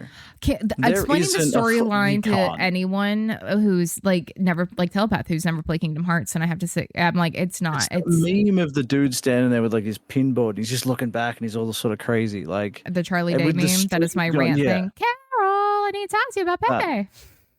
It doesn't matter how you look at it. If you were to explain the storyline of Kingdom Hearts to anyone, you would need like 5 years. Yeah. And like 7,000 yards of twine. Yeah. Like, and then you just no one can move. I need to pull up a wiki when I explain shit to people to like follow the timeline. Even then, yeah, it's like it's easier to explain Bioshock Infinite, which is already absurd. Okay. Pay to win. How do we feel about pay to win? Fuck it. I hate it. I don't agree with it because it just bolsters people who have money. And I'm coming from a person who's had to work for a lot of stuff for his entire life. Like I've never had money. And I still kind of don't. I'm just very thankful for like people who are behind me in my life on my content creator journey. But it just bolsters up people. So the reason I don't like it specifically is that it's just anybody who has a lot of money can just be like, cool, bought all the best stuff. Let me go kick your ass. I agree with that. If we're including though battle pass stuff, like no, okay, not battle pass. I was like, if we're talking paid, I don't know what that would be called. I don't even know what that'd be called. Like what do people keep calling Blizzard down and Fortnite, whatever, that kind of thing. I get it. It's a free to play game. It's whatever. Those are different. And those are different. It's not ideal. Like clearly no one wants to be paying more money, but like, yes, I've spent too much money on skins. I don't, but that's my thing. Some people don't care about skins. That's my thing. But like games have to make money. I don't blame them that much. Like you buy DVD once, game dev, and now it's free. But like you buy DVD once and you buy the DLCs for like $4 or $5, and people play this game for 7 years. Go, we want more. Like, I'm sorry, like there's got to be your more is you have to start spending money on the game, and you don't have to. There are ways to do it, not, but like you're not getting an advantage in the game by doing that. My take is specifically on games that give you an advantage if you pay money. I get it. I would never do it in like a solo game kind of thing like that, but I get it being absolutely no in a PvP. Because that's anything that has a competitive thing. Any PvP that has a any type of competitive thing that has any sort of pay to win mechanic, fuck that. That's like go to your Bitcoin trash. Like no. But like things like Far Cry where you can buy like silver to like, you know, in-game currency that's not your in-game currency to like go buy shit faster. It's your personal fucking thing, whatever. Like, do I want it? No. But like I would spend money at this point in Borderlands if I could like, you know, get new cosmetics or do something, or like get a new skeleton key or whatever. I feel like I need to throw my caveat in here is my immediate fuck no to this is only to those games where it is a genuine advantage. Oh yeah, absolutely. Sunk into the game. If it gives you an advantage in a single player game, go nuts. I would consider doing that myself. If it helps you progress slightly faster instead of having to grind out literal just hours and hours. A lot of mobile games I feel like really do that too, and that's like why I probably didn't get a lot into them. But yeah, but I don't enjoy paying money for stuff in video games, but I get it. Neither. I feel like maybe I'm brainwashed by capitalism where I'm like, oh, it's part of it, but like it's different for me. Battle Pass, I won't bitch about. Pay to win, absolutely garbage. Go fuck yourself. Battle Pass is fantastic. It gives you decent rewards, and one, you're helping support the company. If you're enjoying the game, by all means, go buy their battle pass because you help support them as well. Yeah, like it means also, they're going to produce potentially better games. You just get more shit. Like why wouldn't you take it? You're telling me you're not $20. Sense. Like isn't I don't know. I don't know. Yeah, no, my gripe is with games where it actually makes a difference. Yeah, or temporary things you pay for stuff that doesn't last, kind of thing. Like no, I get to keep it forever if I paid for it. Let's go. Okay, armor mechanics. There's no detail with this prompt. Armor mechanics. First thought, best thought. I get shields. I don't generally. No, I think that's an old school way of thinking. I don't process it a lot. Things like Cyberpunk that let you like this jacket does more this whatever. I just like it adds an element in the game that it's cool and it's. I think it's necessary. I think it's necessary now in current gaming, but also like so many of the games I played didn't have that kind of thing, like you're just not doing it. It's like, take Last of Us, you don't have armor really, but you do have, you're just running around doing shit. And so a lot of it depends on the type of game. In general, I think the more involved they are now, the better. Like the basic Borderlands shield thing is great in a looter shooter, but I would hate it in a game like Cyberpunk or Resident Evil, like having to find a shield and put it on. Like, no. Outer Worlds, like, look, Grounded kind of peaks both of that, because you have in order to get armor in Grounded, you have to go and kill bugs, but it is a loot based thing, and you might not get what you need. Yeah. And like, I get it. I don't know. Armor's necessary. Shield things are fantastic. I never used to use a shield, and now I do, and I've become a wimp in the game. It's okay. It's okay. I'm a wimp all the time. I'm a wimp all the time. You're just being a smart player. Don't be like me. Don't be too stubborn to use the things that are designed to help you. Me being a smart player. Words I've never heard in my life. Okay, me too.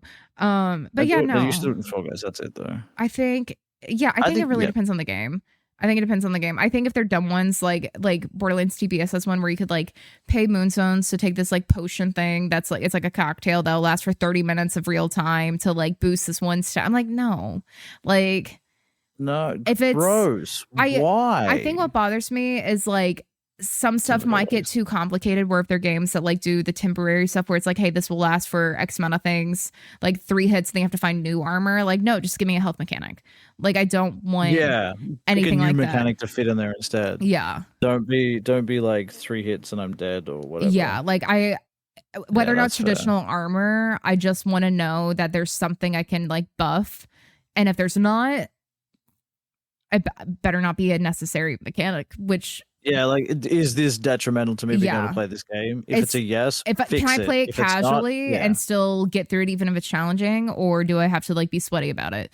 But things like Cyberpunk I think are cool, where you can like have your cosmetics separate from your armor and then your armor stats, but then it's another thing you're spending a game currency on, and just like, but I like it in Borderlands. It has to be done right. Yeah. 100%. Like, if armor mechanics done wrong, break a game.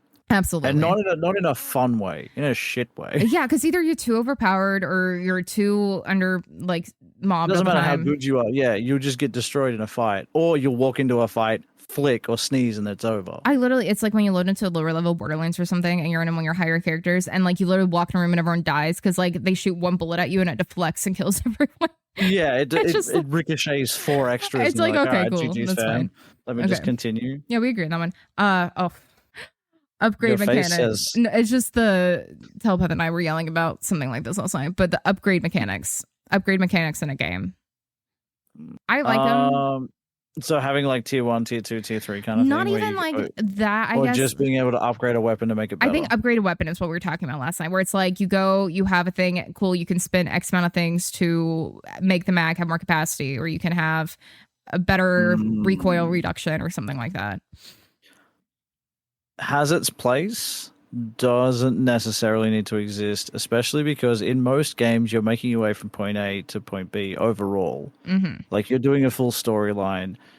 As you progress, you're usually leveling up, and I guess this touches on another mechanic, which is like, do you level up, or that's the next topic? So great, let's do both. Yeah, let's do both. Leveling system. Do both at once, because they both work together. Yeah, I think, because if you're playing through a storyline based game or a game where you naturally progress, like, hey, I'm going to go do this mission, then I'm going to unlock this mission.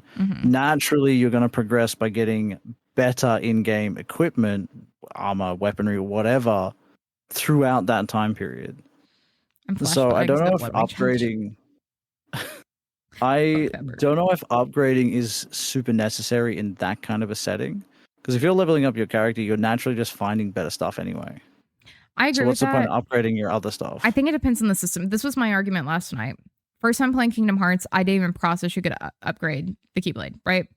Like, I didn't even do it. So I did the whole game not even doing it because I was a fucking child. Like, it doesn't Keyblade. It fucking like, no wonder the end took so long. No wonder whatever. Like, it's what it is. You can still get through it. It's grueling, but you can still do it. It sucks, yeah. I find, and maybe this has been beneficial for me, like getting more knee deep in the Borderlands community, because I always say, like, as a cosplayer, I'm in a bunch of different sides of the fandom and going to cons. I have like the fan artists and, you know, the devs and things like that. But then in the gaming community, I'm always like, this isn't the majority of the player base. Like, we clearly are loud and hear and everything, but like, you gotta speak for the majority, right? I find that me being obsessed with story, clearly people are like, what the fuck? I see people just want to farm forever. And I was always like, what? I don't. That's enjoyable for you? Like, what do you mean you care about read-only farming?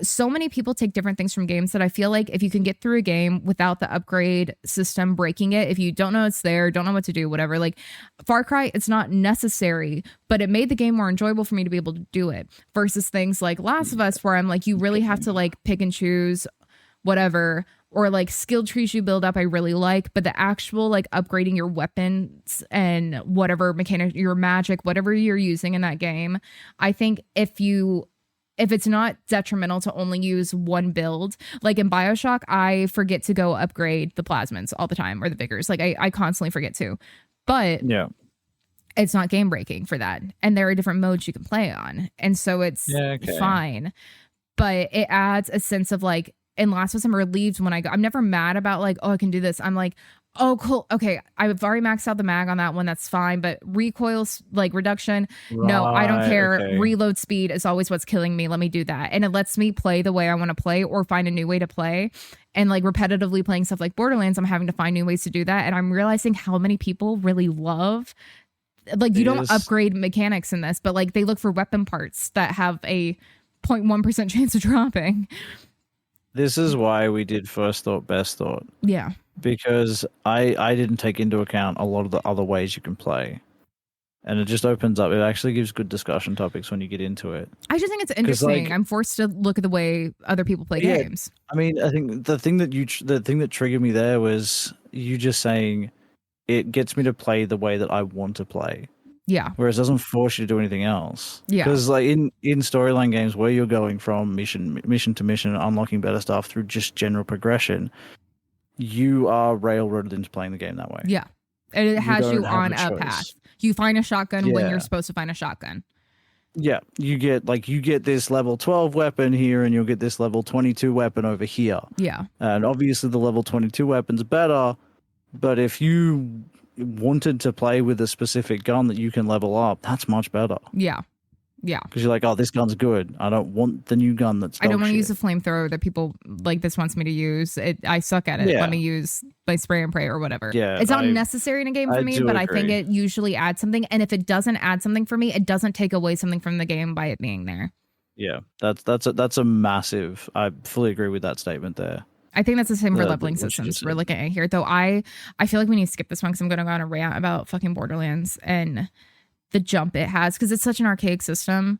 But I think traditional leveling systems are not common anymore. Not anymore. No, not anymore.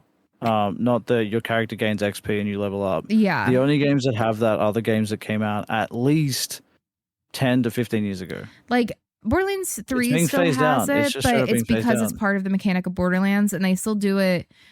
Like, it feels different. It matters different ways. Yeah, that's more what I meant by when the game came out. It's when the first one came out. Yeah, and Ratchet and Clank's leveling system for their guns that hasn't changed. Yeah, and it's still the same in every game you play. A lot of it will happen like as you unlock skill points or whatever. You don't see the level, you don't see what mission. Like, it will just force you naturally where you need to go, or it's an open world where you just kind of check boxes and do want.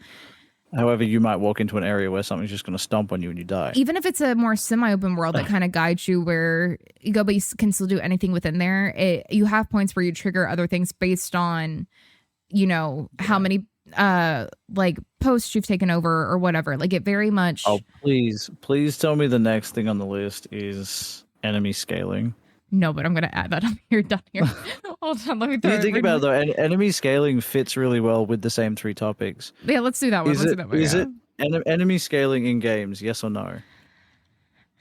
This is specifically talking about largely like open world games, where you are in charge of your story. Yes. Not the story is in charge of you. I hate it because I hate it, but yes, I get it. I think it's better for the health of the game to have it, but I hate that answer. I think it should happen. Fuck them. But it's better for the overall. I think it should happen because it is the same answer, but I'm not unhappy about my answer with that.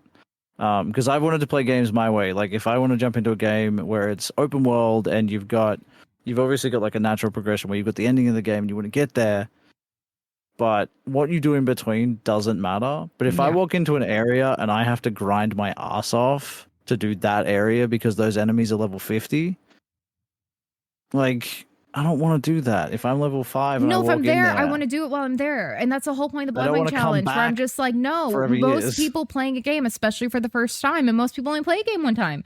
But like, literally, if Yeah, you're playing a game that's for the true. first time, you walk in, most people just want to do the thing. They're not going to go, well, the boss is supposed to be 2 levels over this, and I'm 4 levels under for this, but it's these enemies I was taking down, so it should be fine. But you don't know if you save quit, you're going to start at the beginning of the whole section, so you can't go back there. And then you go, but you leave, and then this glitch, it's bullshit. It's bullshit, and I hate it. And it's things Dark that Souls says fuck you to this too. Like Dark Souls just like, nope, you walk in, you grind this, or like fuck you. Borderlands fixed a lot. Like a lot of people really complained about there's a mechanic slag in Borderlands 2 that's like a byproduct of Rudium. You basically shoot purple at someone and then they take more damage. And You shoot purple. you make them purple. There's a chance they turn purple, but it takes at higher levels. It's just required to like really do any damage because people are like in the millions for HP, and people really hate it because you have a dedicated slag weapon, but slag doesn't do damage on that. It just gives them the reduction, so you swap to another weapon, and it's just annoying for people. I never really clocked it till much later because I made my character really elemental. Like I play really elemental Maya, so everything I do does it anyway, and that's not most people's experience, I found out, and I get it. They got rid of it in later games, and they changed the leveling system where now, like, if someone would traditionally join a co-op, it would be different, and like you would be fucked. And now they have it where they'll scale individually to the players, or they have different things built in that make it better. And I think the way things are going, yes, great. I'm pro adding a difficulty slider in games, which I think is on this list. I'm pro adding different modes and shit like that. You have to have some kind of enemy scaling. Otherwise, people are going to get bored of the game. There's no replayability. You don't have anything, no reward system in your brain. Well, yeah, once you finish the game, you're like, if I can walk in and beat a boss when I do something, why does it matter? If it doesn't, what's the point of and then this? replaying it, if you can keep all your shit in a new game plus, then you're just annihilating everything. It's boring. I feel like we have to go into the difficulty slider because I think I agree with you a lot. Okay, first off, best thought, you're a fucking asshole if you think they shouldn't exist. It does not, unless it's a competitive game. You have no fucking reason. It's the most ableist bullshit I ever hear. Every time people are like, "This is why Dark Souls needs to not like whatever." I'm like, you don't get to dictate other people's. Literally, you just want to feel good that you can beat your chest. You can still say you're the one who did it in like the forbidden mode or whatever bullshit the game has. You can do it however you want. You can still be the record holder for all this stuff. It is not a competitive game. Accessibility does not hurt casual you. Gamer. It literally doesn't. And that doesn't mean make it easy where you walk in and sneeze and everyone's dead. It means, hey, maybe make shit dodgeable. Make this happen. Make you able to play this solo. Like, not everyone wants to be a sweaty gamer. And I get the reward thing for that, but it is an accessibility issue, and you're a fucking asshole if you don't want games to be accessible. Again, if it's a competitive thing, I get keeping things at even playing field, and there needs to be different ways to meet that accessibility. Because a skill ceiling is going to be a skill ceiling. But in a fucking game that is a solo game, you fucking insane person. Like, you want games. Games are not designed for the 1%. Yeah, exactly. Games are designed for the majority. You want as many games to be right all the time. It just people have to understand. Like, I've got my opinions. Everybody's got their opinions.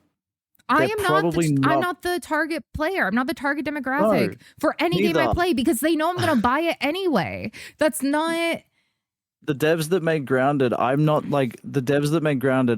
their target player because I've decided to break their game. Yeah. All right. I'm not their target player. The general populace is their target player. Hey, does this game look good from the outside? Are people going to want to play it? And is it going to be enjoyable for all levels? Yeah. Children or up? Yeah. Okay. Whatever that thing is. Is it scary if it's a horror game? What's a survival? Is it survivable? Is it grueling and challenging in a way where people can interact with that? Is it accessible? You want a tough game? Go play Dark Souls. Literally. Dark Souls is fucking difficult. And you should add a difficulty slider in that because literally what's the fucking point? It's not competitive. I'm not gonna go play Dark Souls. No, I'm afraid of it. I'm already masochistic in games. I'm gonna get stressful. Like, It's like I'm going to get stressed out. I'm going to hate it. I'm not going to enjoy my gameplay. I'm not going to want to spend the money on something I'm not going to enjoy at all. that was literally my whole point of the Bloodwing Challenge, where I walk in and go like, guys, like literally, this is why this type of thing doesn't exist anymore in these games, because this leveling system is broken, because it suddenly goes up. There's no explanation. I ran about this in the fucking last thing too. I just like, it drives me insane when people refuse to see that their These are all, like, experience the hyperfixating similar on the topic game. anyway. And Yeah. like, it's like, that's the experience. When I see people bitching about why a game sucks, I'm like, you literally don't even know what you're talking about. But also, like, just because you don't like something doesn't mean it's bad. And also, But people who go on those rants of like, why does this game suck? Are you entitled? literally, they're like, this is why this is ruining this franchise. I'm like, literally, shut the fuck up. But I cannot handle it when people want to come in and be like, this is impacting my game. I'm like, it goes back to the crafting mechanic thing. If I don't know it's there, it doesn't impact the game for me. If I don't use it, it doesn't impact the game for me. If you're not using difficulty settings, if you're not doing, like, if you're playing alone in your fucking house, what does it matter? It doesn't matter what the difficulty is. Enjoy the game. I play grounded on the base difficulty, the easiest difficulty. You can have because settings. I'm not trying to finish it. I'm not saying how. I think that's the thing. I think people take like a grounded mode kind of thing, or like a nightmare mode of a game. Don't have a difficulty slider within that thing. If you're going like, oh, we're Dark Souls, this is what we're doing, you know, like, have that be the mode. You can go back down and go, I want to experience this exact same thing, but on medium mode. If you have certain bosses that are only available in hard modes, fine, whatever, you know? I know games like God of War have a storyline. Yeah. They have a storyline difficulty, which means enemies are the base level at all times. That's cool. It's easier, and you literally Last get to of play Us the game 2 to introduced enjoy the that. story. So Last of Us 2 had a lot of, like, it's Naughty Dog PlayStation, you know, Santa Monica Studios, all that. They have all their shit. But they had one that I thought was really cool where it'd be like, okay, resources. Are these scarce? Are they everywhere? What is this? Okay, enemies. Okay, your health. Okay, and you could customize that. Yeah. What's the harm of play it the customizing way the you wanna play. experience? Because if you want to I play think it's everything good. on hard, great. But even take things like Dark Souls where people are like, oh no, but if you say you beat this, what was your thing? There's a thing in Borderlands bar where it's your badass rank, where so many people are like, you're cheating basically if you're using it. So you need to turn it off in a game, because it's like you can inflate one of your stats by like 1% at a time. Not even, you know, it's like minuscule amounts at a time. And I'm like, but it's a solo game. It's a solo game. This isn't multiplayer only. It's literally, this is something that I play by myself. It's I'm challenging myself here, and it's me versus the game mechanic. Literally, it's not me versus. It's not PvP. It's not like you can make a game as hard as you want it to, and I do that all the time in the games because I'm like that. But like, I don't put a difficulty slider and getting over it. Doing one life runs in our games. Literally, I'm like, just like, both of us are attempting this dumb shit that we shouldn't be doing. That I'm bad at. Anyway. That goes against the way I play games. I'm terrible. I've died so many times. I'm playing on the base difficulty in the game that I'm playing. So I'm going to delete this and one I'm like, here. Hardest difficulty. I just literally went down the list and I saw accessibility features in gaming, yay or nay, difficulty sliders in games, always or never. I'm like, always and yay. So I'm deleting those. We know where we're at. It's fine. That's like a 2-second answer. Okay, I'm going to skip around this a little bit. Pac-Man or Mrs. Pac-Man, to completely change subjects from same. Absolutely. Pac-Man. Purist on that. Absolutely. Pac-Man for the rest of my life. I will Mrs. literally, Pac-Man, if I go get to a Pac-Man machine, I sit down and it's like one that has a bunch of them stacked on it, and then I see it's a Miss Pac-Man instead of Pac-Man, I leave. I go to a different one. If it was the only arcade in the entire building, if it was the only thing, yeah, sure. But Pac-Man, but it has to be the only thing. If you give me a fuck, I'll play a pinball machine. I don't give a shit. No, same. Pac-Man. It's anywhere else. It's Pac-Man, play it for days. Yeah. I'm terrible at the OG. I'm good at the newer ones. I'm terrible at the OG. OG Pac-Man's my baby. OG Pac-Man is my baby. Ooh. Okay, that one was quick. I like that one. It's easy. It was good. Stylized versus realistic. I gotta go the realistic. I in think some realistic. cases, Borderlands does stylized incredibly well. Cell shading on that. I like that style. I think that's very pretty. No. And I like it. Before you hate me, I know. Don't hate me. I don't. I'm just saying. I'm torn. I get it. Realistic takes the cake on this one for me. Realistic. I just literally every time I play one of the hyper realistic games, I sit there and talk about it the whole time of how amazing it is. It's pretty. It's it looks so pretty as fuck. I'm thinking shit like BioShock, Telltale. I fucking love that shit, but I don't play the games because of that. I feel like I'm just always in awe of realism. The And more you get into it, you're like, I'm enjoying this visually as well as storyline. I think things like Control really bring it together where there is a stylized thing, but it is realistic. But I think if I had to pick, I get it's more boring, but like God of War does it too, where God of War is realistic, but it's, you know, still Horizon does it too, where it's like, you know, we have mocap, we have these realistic animations. They're realistic within the game, within the fantasy that they are. Yeah, within the fantasy. But I clearly like cosplaying fucking Borderlands. I fucking love. Like it's oh god. If I had to pick realistic, but I think I like more stylized game. No, I don't know. I hate this question. I'm realistic all day, every day. I know you are. I'm removing this. Yeah, we're moving on. This one hurts. This one hurts. We're gonna agree on this one so quick. Is narrative important? Yes. I don't think it's absolutely vital. Like, yes, games like Tetris, games like Pac-Man, whatever. You don't need a story. There are things like that. There's no narrative. Pac-Man world exists, but I'm not playing that. You can have that. It's fine. But like, I think when people replay games a fucking ton, I have arguments with people in the Borderlands community about this all the time. They're like, "Oh, I don't care about the story. It's this, whatever." I'm like, you do it subconsciously at the very least, because what you're bitching about, if you didn't think story was important, you would come bitch about me about the same 3 things all the time. And that's just where I'm at. I even if I'm not paying attention to the story, multiple playthroughs, it's that atmosphere that has already sold me on that.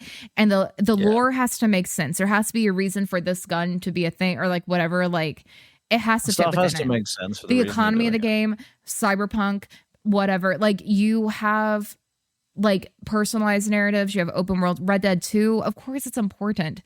I'm a writer. I'm never not going to agree with that. Yeah, no. Look, it's needed for games it's just needed for games in general.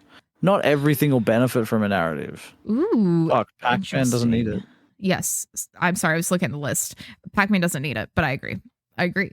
If Pac-Man had one, I don't play their new ones that have like the weird, like, you know, you're walking in the city, whatever kind of Pac-Man world and that. Yeah, I've tried and I'm always just I'm thrown off by the concept. I can't. It strays away and it tries to be something that isn't traditional for the game. And I'm not against that. I'm not against companies trying that. It doesn't hit. It's not my forte. It misses the mark for me a little bit. Choice based versus combat versus walking sim. Pick one. Oh, I think combat. As much as I love choice-based games, I want a happy mix of the first two. I can appreciate a good walking sim. I really can. Like there could be really beautiful stories and stuff. Like What Remains of Edith Finch. There's some great stuff, but I've never. It's amazing. Hug, you enjoyed What Remains of Edith Finch. I love that. I met the creator of that at WonderCon on accident. We were talking. You suck. We were talking at a bar. They were the one doing the Tomb Raider thing. I've never played the game myself, but I've watched so many people play through it. It is just beautiful. Literally phenomenal. And that's what we were talking about. Literally we needed a drink. We were trying to get away. It's just been like a weird day. Went to a bar that wasn't even at the hotel. We had a thing out. And just I heard the studio. I was doing my like networking thing. We're like, I hear it. I'm looking at the same time. Okay, cool. Like casually doing my thing, but he's talking to this old couple. And we were sitting there in cosplay, but I keep hearing him talk about like specific Tomb Raider, and I'm in Ellie from The Last of Us at this point, and Telepath is in Bayonetta. And so we're like sitting there like doing our thing, whatever. And it was one of those like serendipitous things where there was a seat where the corner of the bar, and there was a seat open here, and the old couple, and he was standing here and Cass was here, and I was just like standing instead of sitting in the chair. I was like, I'm just gonna lean it, and I don't do that. I'm disabled. I want to sit, and I was just like, I'm gonna stand, and I just kept listening, and finally he came to sit over there, and I was like, oh yeah, take it. And he goes to turn to us and like bring us in the conversation. It's like, oh, I was just explaining to them. I was like, I noticed your cosplays, and I was like, oh, I'm going to just save you. I've been listening the whole time. Like, absolutely. Like this, because I was just like, I normally don't do shit like that, but I was like, no, I'm just we're going to save this dance. My brain has been activated. I've been listening. And at this point, I didn't know exactly what he did.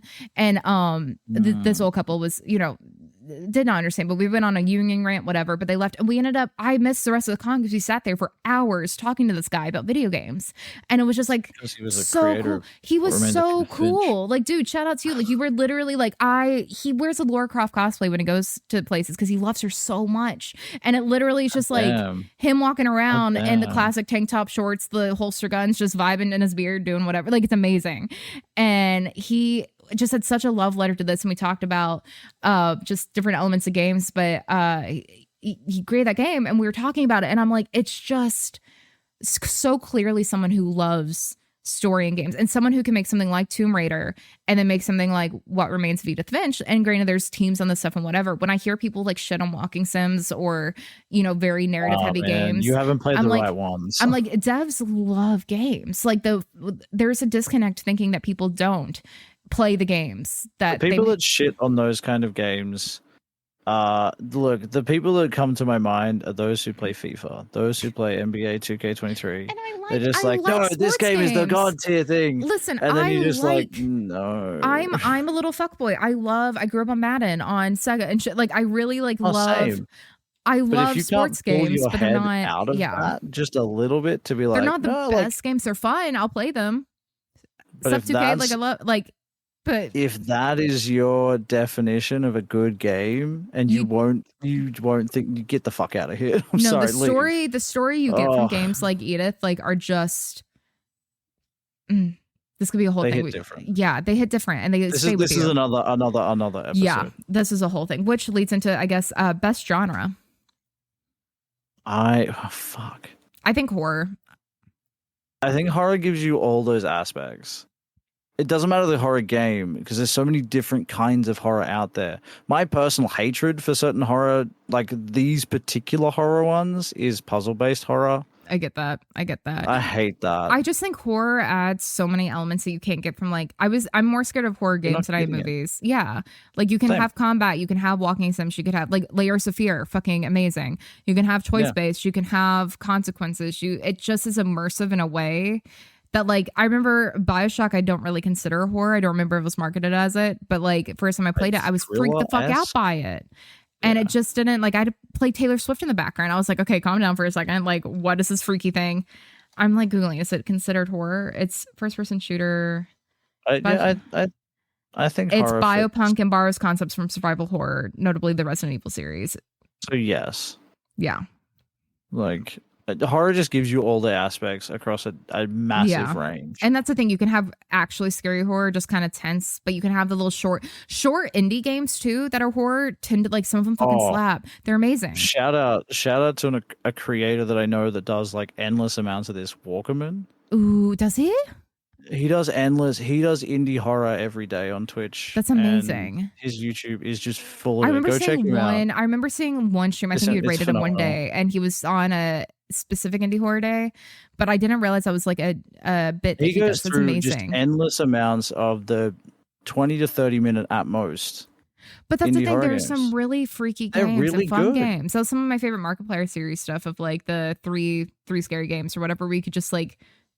It was a 5-minute game or a 20-minute game for him, and he's like, "Let's go check it out." That's amazing. And some of that shit scared him, and he played. I mean, he was the reason. I say this. I don't know if it's true, but he's probably the reason that FNAF got so big. Oh, I say that I've been screaming that on stream because so many people. True. His videos were super popular for it. What FNAF was? He says that. I think it's very much like that put FNAF where it was. There's no way. Exactly. There's no way it appears because it was. It's a very mutually beneficial relationship at that point. But absolutely not. It wouldn't be having this movie, which looks awesome, by the way. I'm keen. Change the eyes, but I'm keen. I'm so fucking excited for this movie. The trailer jaw dropped. I genuinely don't know what I expected. I trust Blumhouse with horror in general, but like Blumhouse is good. My God, it looks so good. We could do a horror. We can just do a. This is bad. This is bad. We like talking too much. It's bad. Well, this is the problem. It's almost 6 a.m. for me. Okay, we have fewer. Let's speed through. Worst PvP game. Dead by Daylight. No Apex. No. I don't know enough about Fortnite. Tell where your brain went. I love it. I don't know. I'm sure there's plenty I'm not thinking of as a thing. I'm not including mobile games in my brain, but first thought, best thought, I'm like, Apex people just bitch the most about of like, it's hard. Listen, it's hard for me to get into. Apex is in headlines for dog shit reasons. Dead by Daylight takes the cake for me, and this is after playing a lot of Dead by Daylight myself. Yeah, talking with friends who have played years of League. If we're talking about what worst is, yeah, we'll define what worst is. Is it the server of like, the inconsistent hitboxes? Is it the player base? Is it the devs? Whatever it is, my soul says no one who plays CBD likes CBD. And I, with all the love to you behavior in the devs, I'm really excited for all the new shit, whatever. I genuinely am not a hater, but I'm also like, when I play things, people could literally tell me to kill myself in fucking Overwatch, and I'm still like, DBD's more toxic. No, yeah, DBD is more toxic because as soon as you find one or two bad toxic survivors or And people the who rubber are like, banding "Oh, and the we're just having inconsistency fun," of the fucking servers, and it's just too like, broken constantly, and it's So- not like that's not on the devs. I am so That's excited for Texas largely the Chainsaw. players. It looks good. I've been watching Val and Looks Walker play so it. They've been good. enjoying it. So It looks so good. actually, no, Walker didn't play it. Somebody else did. It looks alright. It looks fun. I'm excited. I like the comms Outlast aspect. Trials as well. Pretty keen. Oh yeah, but- yeah. Worst Well, thing about yeah. Dead by Daylight was the next on the list, so that's a perfect segue for that. Probably the Toxic inconsistency of the servers. I'm gonna say mine is. It literally makes no sense when on my screen it looks like I'm 3 feet ahead and to the left, but a hatchet still hits me Yeah, getting hit by a hatchet when you're behind a wall that almost- doesn't have yeah, a window. literally behind a wall, and you take a hit, and you're like, At least okay. Overwatch will give me kill cams where I can be like, I was behind something and I can see it, and I can be like, okay, on theirs I wasn't. Like fine. I watched this happen. I have annoying. footage of that. Yeah. Whereas on DBD, there's never any footage. And No. I mean, So I have my end where I'm it's looking at a playback bad. of something if I happen to be recording, and it's literally like people. Yes, I know some people just like, it's a skill issue. How did that hit me? It hit you because you were in the hitbox. Some of them are absolutely absurd and it makes no sense. But literally the amount of times I will be here, you will see the hatchet go and hit the locker, and I will still fall down. And I'm Yeah, like, you'll still take the hit, and you're like that. I've had it before too, and it's like it doesn't matter. Like for me as an Aussie, we have shit servers. Full stop. Doesn't matter what game it is. Our servers are dog shit. I end up playing on the US servers because I tend to have better ping that's absurd. That's absurd. on a literal different country where we're 15 hours apart in time. Oh, this is sweet. Best thing about DBD. Oh, I love the visual aesthetics that they've started to put in all the different maps and the upgrades that they've been doing to it. Their visual changes that they've been making have made the game very pretty and a lot more enjoyable to run around in, even when you're being chased by a murderous killer. I love the lore that they never fucking talk about. That's like Yo, just in there. Everything is so in depth. Literally, like I love There are Meg's. It's like pages and 2 sentences pages. of like her dad left. She was a sad child. She was a runner. Goodbye. Yeah. And kind of thing. But like I still like my brain was able to latch on to this simple concept of it, and like the concept that it's just chewing you and spitting you out over and over and over again until you're so broken it can't feed on your hope of getting out anymore, that it just like that is that you can fight your way out because we have like one person in the tome doing, like there's so much stuff that's not explored in this. And I'm the same with Overwatch, where it's like the lore has a hold on me, so I play the PvP. It kills me when I think about it, and it's you lose it because you're like teabagging at the gate doing whatever. But if you're sitting there, imagine, and you go to save someone, and you're like, oh, they have to die on hook, I can't do this. That's someone you've been stuck with.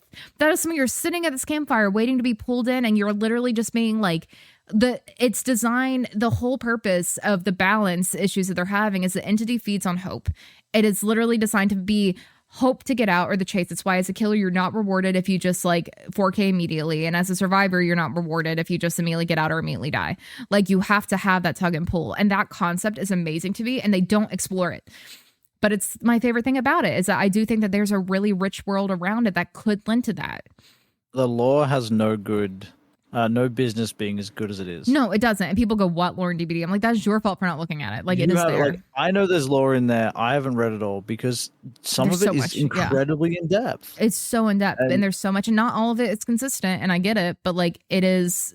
It's hard to keep consistency within lore. It's hard within a PvP too when you're just constantly having to update the game.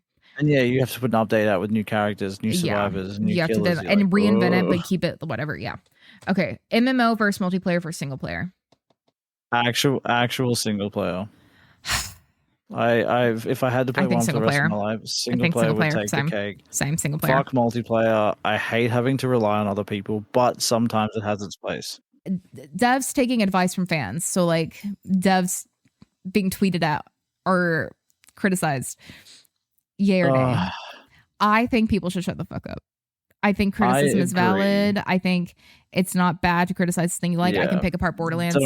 It's fine, but don't pretend you're an expert in something. And even if you are an expert and come do this, there are 1,000 business reasons things happen. When games get delayed, they have to go to their fucking shareholders and be like, hey, I know we said this. We need X amount of money. It's like, it's literally so many things go into making a game that when people go, well, why couldn't you have just done this? I'm like, that one little like move the window here instead of here is going to create this ripple effect you don't even know about. If you are an expert in it, they're going to reach out to you because they probably already have. They've probably heard what you talked about. They probably argued for it. They probably did a bunch of different shit, and it's just like not. They're going to reach out to you. Like, I get it. Everybody's got an opinion. Yours is probably wrong. I think I say this social media, one of the worst things they've fucking done is that it's made everyone think that their opinion is correct and it should be told and has every right to be an asshole.